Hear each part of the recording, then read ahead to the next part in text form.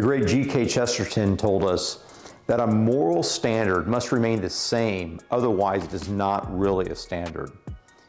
This is one of the great comments from about 100 years ago that tells us that morality is something that is unchanging.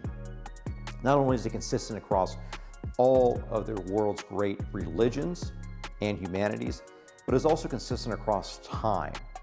And that it is always good to be honest instead of being a liar. It is always good to be fair and just rather than to be unjust. It is always best to be heroic in our action rather than being cowardice in our action. And this is what Chesterton was talking about, and that this standard must remain the same.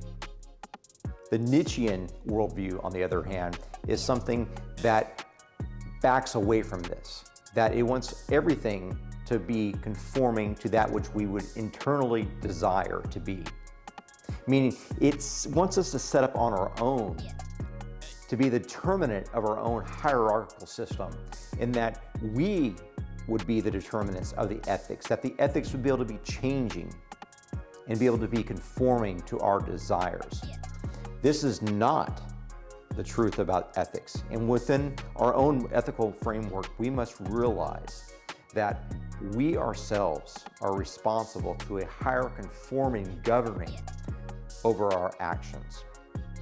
The types of actions where we are called, for instance, whenever we see a man's life put in peril, we see him maybe be beaten up, that we are given two options. The first is to run in and try to save him, and the second option for self-preservation. These two options are in conflict. In fact, the second, self-preservation, is the one that we most want to do. But this first option, this option that we would run in and save the individual, put our own selves at peril, the more heroic of the two options, this is what we should do. What we want to do and what we should do are diametrically opposed. And so why do we know that the right thing to do is to do the heroic thing and not the cowardice thing?